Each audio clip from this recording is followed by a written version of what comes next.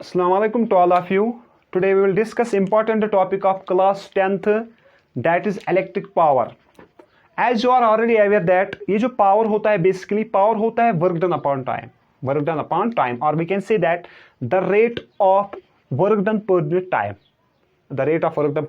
time, यहाँ पे अगर ये वर्क डन और अगर ये काम यहाँ पे इलेक्ट्रिकल एनर्जी करेगा एक इलेक्ट्रिक सर्किट में, तो इसको हम बोलते हैं क्या? Electric power. यानी रेट ऑफ कंजप्शन, कितना कंज्यूम और कितना यूटिलाइज हो जाएगा electrical energy in a resistor per unit time. एक रजिस्टर में कितनी एनर्जी कंज्यूम हो जाएगी और कितनी एनर्जी यूटिलाइज हो जाएगी पर यूनिट टाइम, एक यूनिट टाइम में, that will define electric power. और in other words we can say that ये जो इलेक्ट्रिक पावर है ये होगी हीट डिस्पैचड, यानी कितनी हीट डिस्पैच हो जाएगी, ड्रॉप हो जाएगी। डिस्पैच का मतलब ड्रॉप और ब्रेकआउट, यानी हीट डिस्पैचड, कितनी हीट डिस्पैच हो जाएगी इन a resistor per unit time. एक रजिस्टर में पर यूनिट टाइम में कितनी हीट डिस्पैच हो जाएगी, इसको हम बोलते हैं इलेक्ट्रिक पावर। इसको हम क्या बोलते हैं? Electric power. यानी heat dispatched in a resistor per unit time is called electric power. In order to explain this, मैं यहां पे एक एग्जांपल दूंगा कैसे बेसिकली डिस्पैच होती है ये एनर्जी। अगर मैं यहां पे एक रजिस्टर लूंगा, if this is a register,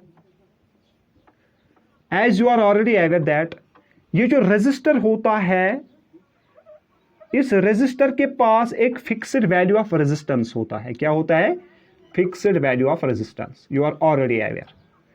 एक रजिस्टर के पास एक फिक्स्ड वैल्यू ऑफ रेजिस्टेंस होता है, और ये जो रेजिस्टेंस होती है बेसिकली रेसिप्रोकल ऑफ कंडक्टेंस। ये अपोजिट होता है किसका? कंडक्टेंस का। और रेजिस्टेंस का मतलब होता है basically it is the property of a material or a conducting material by virtue of which it retards the flow of electrons। क्यों flow of electrons retard हो रहे हैं एक रेजिस्टर में? क्योंकि इस रेजिस्टर में दो चीजें इंपॉर्टेंट है। एक तो यह है, इस रेजिस्टर ये एक मटेरियल का बना हुआ होता है, और इस मटेरियल में होंगे atoms. As per the universal law of gravitation उन एटम्स के दरमियान होगा फोर्स ऑफ अट्रैक्शन। यानी ये जो रेजिस्टेंस होती है एक रेजिस्टर की, ये किस की वजह से होता है?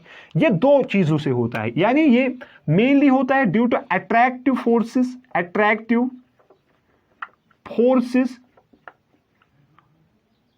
Between atoms. एक होता है अट्रैक्टिव फोर्सेस बिटवीन एटम्स, दूसरा repulsive forces between the free electrons, और रिपल्सिव फोर्सेस बिटवीन इलेक्ट्रॉन्स। यानी जो रेजिस्टर की रेजिस्टेंस होती है ये मेनली होती है due to attractive forces between atoms. इसमें जो एटम्स होते हैं इनमें अट्रैक्शन होता है, फोर्स ऑफ अट्रैक्शन होता है। दूसरा इंपॉर्टेंट चीज है जो इलेक्ट्रॉन्स होते हैं इनसाइड ए रेजिस्टर, इन इलेक्ट्रॉन्स के पास आपको पता है नेगेटिव चार्ज होता है, तो ये negative charge like charges repel करेंगे एक दूसरे से due to repulsive forces and attractive forces between the atoms.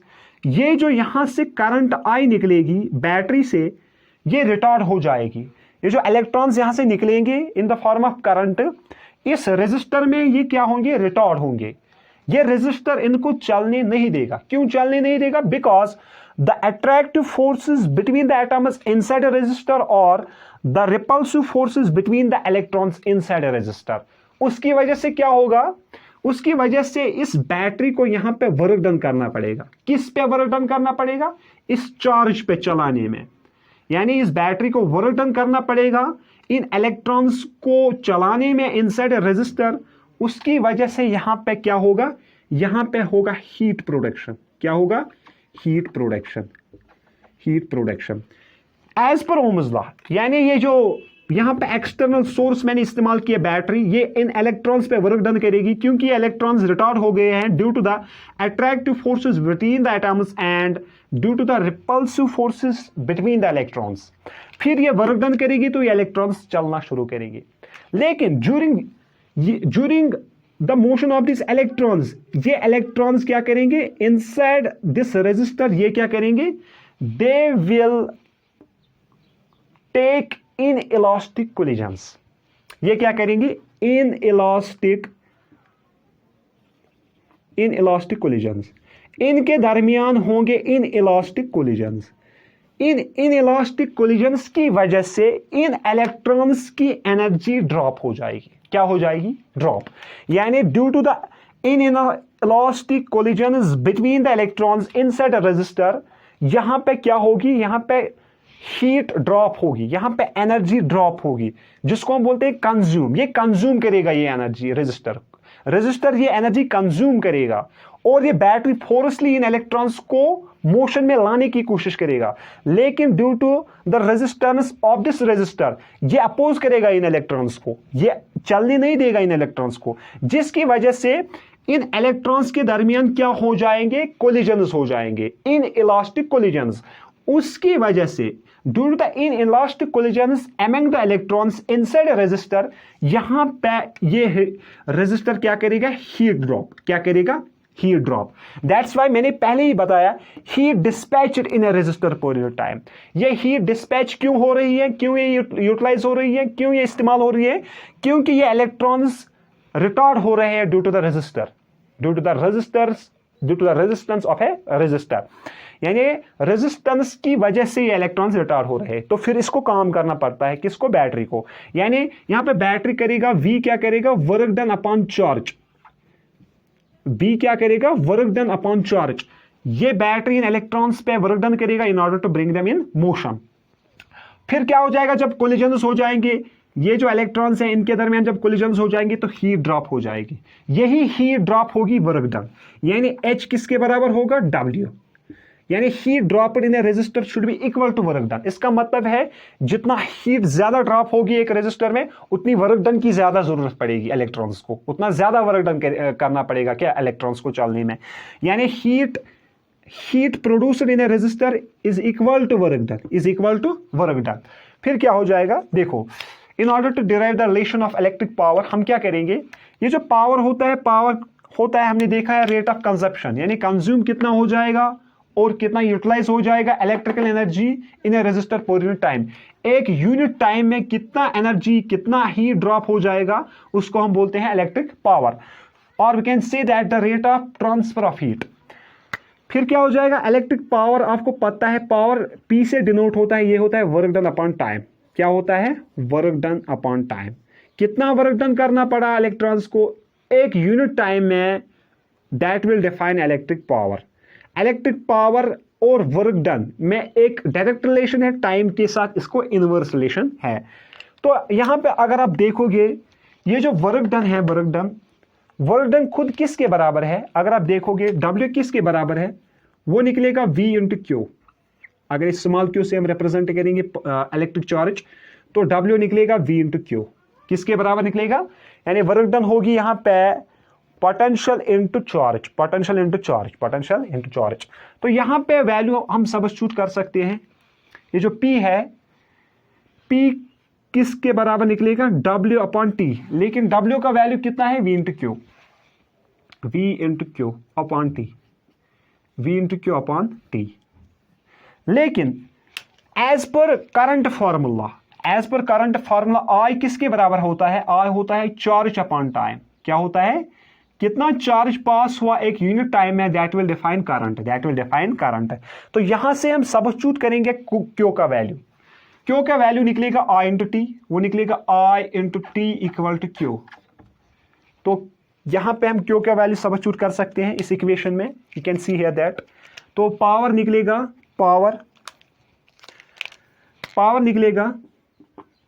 V, Q का वैल्यू कितना है, क्यू का वैल्यू है I into T divide by T, that should be given by T को हम कैंसिल कर सकते हैं। तो पावर की जो पहली एक्सप्रेशन निकलेगी वो निकलेगी V इंटू आई, यानी potential into current, voltage into current will give power. यानी volt ampere is also power, volt and ampere is a unit of current, volt is a unit of potential, तो volt ampere is also unit of power. तो पहली जो expression निकलेगी यहां पे power की वो निकलेगी वोल्ट इंटू करंट, कितना वोल्टेज है और कितनी करंट पास हो जाएगी वो हमें क्या देगा, इलेक्ट्रिक पावर। और दूसरी अगर आप देखोगे P is equal to V into I, V into I, but as per Ohm's law इस रेजिस्टर में जो पोटेंशियल ड्रॉप होगा वो किसके बराबर होगा, V is equal to I R, यानी कितनी करंट पास हो जाएगी इस रेजिस्टर में और कितना रेजिस्टेंस होगा इस रेजिस्टर की वो हमें देगा पोटेंशियल ड्रॉप, यानी V is equal to I R. तो यहां पे हम सबस्टिट्यूट कर सकते हैं, पहले हम सबस्टिट्यूट करेंगे यहां पे V का value, power should be given by V का वैल्यू कितना है, I R, I R I, V का वैल्यू मैंने सबस्टिट्यूट किया इस इक्वेशन में तो निकले आई आर, तो ये जो पावर निकलेगा I square R, I square R, यानी पावर किसके बराबर होगा, करंट का स्क्वायर और रेजिस्टेंस कितनी ऑफर्ड की इस रेजिस्टर ने। ये भी पावर की एक्सप्रेशन है, ये भी पावर की एक्सप्रेशन है V इंटू आई। फिर हम यहां पे सबस्टिट्यूट करेंगे आई का वैल्यू, आई का वैल्यू अगर हम सबस्टिट्यूट करेंगे यू कैन लुक हियर, यहां पे यानी power is equal to V into I. अगर मैं आई का वैल्यू सबस्टिट्यूट करूंगा इस इक्वेशन से V is equal to I R से, तो आई का वैल्यू निकलेगा यहां पे V डिवाइड बाय आर, क्या निकलेगा, V अपॉन आर। तो पावर हम लिख सकते हैं V इंटू आई का वैल्यू है V divide by R, V divide by R, तो पावर निकलेगा V स्क्वायर अपॉन आर। ये तीनों जो डेफिनेशंस हैं और तीनों जो एक्सप्रेशंस हैं यहां पे, ये भी इलेक्ट्रिक पावर है, ये वाली इक्वेशन फर्स्ट, ये भी इलेक्ट्रिक पावर है, V इंटू आई भी इलेक्ट्रिक पावर है और आई स्क्वायर आर ये भी इलेक्ट्रिक पावर है। तीनों डेफिनेशंस और तीनों एक्सप्रेशंस यहां पे इलेक्ट्रिक पावर, हम इससे हम इलेक्ट्रिक पावर कैलकुलेट कर सकते हैं। पोटेंशियल का वैल्यू अगर पता है, रेजिस्टेंस का वैल्यू अगर पता है तो पावर हम निकाल सकते हैं। अगर करंट का वैल्यू पता है और रेजिस्टेंस का वैल्यू पता है तो हम करंट निकाल सकते हैं। अगर खाली पोटेंशियल और करंट का वैल्यू हमें पता है, इससे भी हम क्या निकाल सकते हैं, इलेक्ट्रिक पावर। फिर अगर आप देखोगे ये जो इलेक्ट्रिक पावर है, इलेक्ट्रिक पावर का जो एसआई यूनिट है, क्योंकि ये क्लास 10th का है, इलेक्ट्रिक पावर का जो एसआई यूनिट है अगर आप देखोगे हम ऐसे भी निकाल सकते हैं यहां पे पावर को, पावर है वर्क डन अपॉन टाइम, यही है वर्क डन अपॉन टाइम। लेकिन as per Joule's law of heating H is equal to I square R T, लेकिन ये जो हीट प्रोडक्शन हो रही है ये किसकी वजह से हो रही है, वर्क डन से। तो W को हम लिख सकते हैं आई स्क्वायर आर टी, आई स्क्वायर आर टी लिख सकते हैं, W को हम लिख सकते हैं आई स्क्वायर आर टी, आई स्क्वायर आर टी। तो यहां पे हम सबस्टिट्यूट करेंगे W का वैल्यू, तो P निकलेगा I square R T divide by T, तो T T cancel, power is also given by I square R, जो हमने निकाला था यहाँ पे जो हमने एक्सप्रेशन निकाली है ये हम ऐसे भी निकाल सकते हैं। हम W का वैल्यू सीधे यहाँ पे पुट कर सकते हैं आई स्क्वायर आर टी, ये जूल्स लॉ ऑफ हीटिंग है। और जो एसआई यूनिट ऑफ पावर है, SI unit of power is what. अगर आप देखोगे एसआई यूनिट ऑफ पावर क्या है, what, SI unit of power is what. और अगर आप देखोगे ये जो 1 वाट है, अगर हमें 1 वाट डिफाइन करना पड़ेगा तो 1 वाट कैसे डिफाइन होता है, यू कैन लुक हियर। 1 वाट हम डिफाइन करते हैं,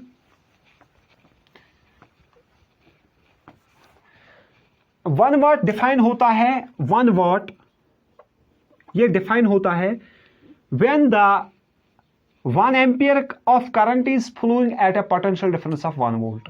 जब एक कंडक्टर में, एक रेजिस्टर में जो पोटेंशियल डिफरेंस होगी अक्रॉस इट्स टू एंड्स, जब ये 1 वोल्ट की होगी और फिर जब 1 एम्पियर ऑफ करंट फ्लो हो जाएगी इसमें से, तो ये इट विल डिफाइन 1 वाट। यानी 1 what will be define when 1 ampere, ये जो एम्पियर है, ये ampere SI unit of current है, ये पहले किसने दिया था, एंड्री मैर एम्पियर ने। तो when 1 ampere of current, when 1 ampere of current is flowing at a potential difference of 1 volt, यानी 1 watt equal to 1 ampere into 1 volt, ये हमें क्या देगा, 1 watt. SI unit of power is watt, और 1 watt क्या define होता है, when 1 ampere of current is flowing at a potential difference of 1 volt. इसका मतलब होता है 1 एम्पियर का जब 6.25 × 10⁻18 इलेक्ट्रॉन्स पास हो जाएंगे एक कंडक्टर में इन 1 second eight a potential difference of 1 volt, इसको भी हम कह सकते हैं 1 वाट। यानी हमने पहले एम्पियर को डिफाइन किया है, फिर वाट से मल्टीप्लाई करेंगे, इट शुड बी 1 वाट। अगर आप देखोगे ये जो वाट है, watt is a small unit. Watt क्या है, स्मॉल यूनिट, स्मॉल यूनिट। फिर हम इस्तेमाल करते हैं एक special unit that's called board of trade unit, board of trade unit, trade unit. इसमें हम इस्तेमाल करते हैं किलोवाट, किलोवाट। यानी watt is a small unit of power, watt एक स्मॉल यूनिट ऑफ पावर है, और हम क्या इस्तेमाल करते हैं, किलोवाट। यानी किलोवाट का मतलब होता है 1 किलोवाट। अगर हम देखेंगे 1 किलोवाट ये होगा 10⁻³ वाट्स, 10⁻³ वाट्स। 1 किलोवाट का वैल्यू कितना होगा, 10⁻³ वाट्स। यानी 1 किलोवाट होगा 10⁻³ वाट्स। और वी कैन से दैट ये जो 1 किलोवाट है हम इससे हायर यूनिट्स भी इस्तेमाल करते हैं, दैट्स कॉल्ड मेगावाट। यानी 1 मेगावाट वो होता है 10⁻6 वाट्स। ये हायर यूनिट ऑफ पावर है, ये ग्रिड स्टेशन पे इस्तेमाल किया जाता है मिलियन वाट्स। यानी 1 मेगावाट होगा 10⁻6 वाट्स, 1 किलोवाट होगा 10⁻³ वाट्स। तो ऐसा यूनिट ऑफ पावर क्या है, watt, but watt is a very small unit. इसके बाद अगर आप देखोगे कभी कभार आपको पूछा जाता है 1 किलोवाट आवर, जिसको हम बोलते हैं commercial unit of energy, commercial unit of power, जो हम ज्यादा तौर पर इस्तेमाल करते हैं in order to calculate the electric bill at homes, वो हम क्या करते हैं, kilowatt hour, kilowatt hour. Kilowatt hour का मतलब होता है, अगर हमें डिफाइन करना पड़ेगा 1 किलोवाट आवर क्या होता है, 1 kilowatt our, it is important here. 1 kilowatt our होता है बेसिकली इन सिंपल वर्ड्स, अगर एक एप्लीकेंस है इसका जो पावर है वो है 1000 वाट्स, यानी 1 किलो है इसका पावर। फिर अगर इसी एप्लीकेंस को हम ऑपरेट करेंगे फॉर 1 आवर, यानी the amount of electrical energy consumed by an electrical appliances of 1 kilowatt for 1 hour, it is called 1 kilowatt hour. यानी इसका मतलब होता है अगर एक एप्लीकेंस है उसका पावर है 1 किलोवाट, अगर हम इसको ऑपरेट करते हैं for 1 hour, it will define 1 kilowatt hour. यानी the amount of electrical energy consumed, the amount of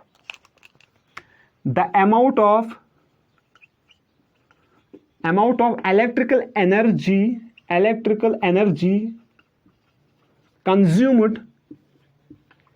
consumed by an electrical applicants of power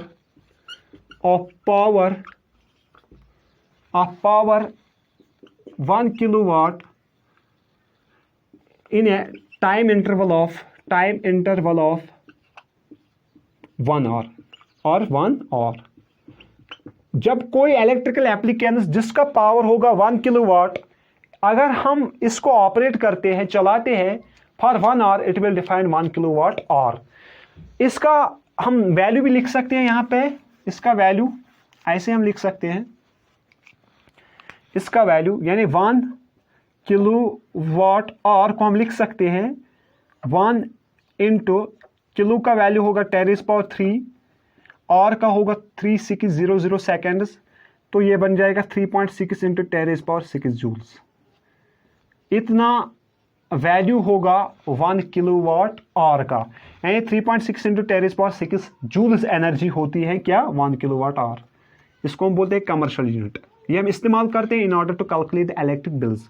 यानी हम सीधे इस्तेमाल कर सकते हैं, अगर कोई भी एप्लीकेंस हमारा है, कितनी टाइम के लिए हम इसको इस्तेमाल करते हैं, उसको हम मल्टीप्लाई करेंगे कितना एनर्जी कंज्यूम करता है, तो हम निकाल सकते हैं इलेक्ट्रिक बिल उससे। तो ये है 1 किलोवाट आवर। एक इंपॉर्टेंट पॉइंट आपको यहाँ पे याद रखना है, जो हीट प्रोड्यूस हो रही है और पावर कंज्यूम हो रहा है, it will depend H = I² और T। यानी अगर कोई यहाँ पे अगर किसी रेजिस्टर में 1 एम्पियर करंट फ्लो हो जाएगी, फॉर एग्जांपल अगर किसी रेजिस्टर में 1 एम्पियर ऑफ करंट फ्लो हो जाएगी, अगर उसको हीट हमें निकालनी होती है वो किसके बराबर निकलेगी, आई स्क्वायर 1 आर टी, यानी वी कैन से दैट वो निकलेगी सीधे आई स्क्वायर आर टी। अगर इसी रेजिस्टर से यहां पे 2 एम्पियर करंट फ्लो हो गई इसी सेम रेजिस्टर से, तो जो हीट प्रोडक्शन होगी वो किसके बराबर होगी, वो होगी आई स्क्वायर, यानी एच इक्वल टू आई का स्क्वायर, वो होगी 2 स्क्वायर इंटू आर टी, वो होगी 4 आर टी, वो ज्यादा होगी क्योंकि यहां पे आर का स्क्वायर है, करंट का स्क्वायर हम लेते हैं। तो heat production is directly proportional to the square of current, square of current. इसके बाद ये जो इलेक्ट्रिक पावर है इसके अलग यूनिट्स भी हैं, वो भी हम डिस्कस करेंगे जो नेक्स्ट टॉपिक होगा। तो आपको पहले याद रखना है इतना, जो इलेक्ट्रिक पावर है that is rate of consumption of electrical energy और the rate of utilisation of electrical energy per unit time. It is up to only class 10th, it should be further, you are further going to discuss it in class 12th in detail। तो आपको यहाँ पे याद रखना है यही electric power क्या है। ठीक, चलो।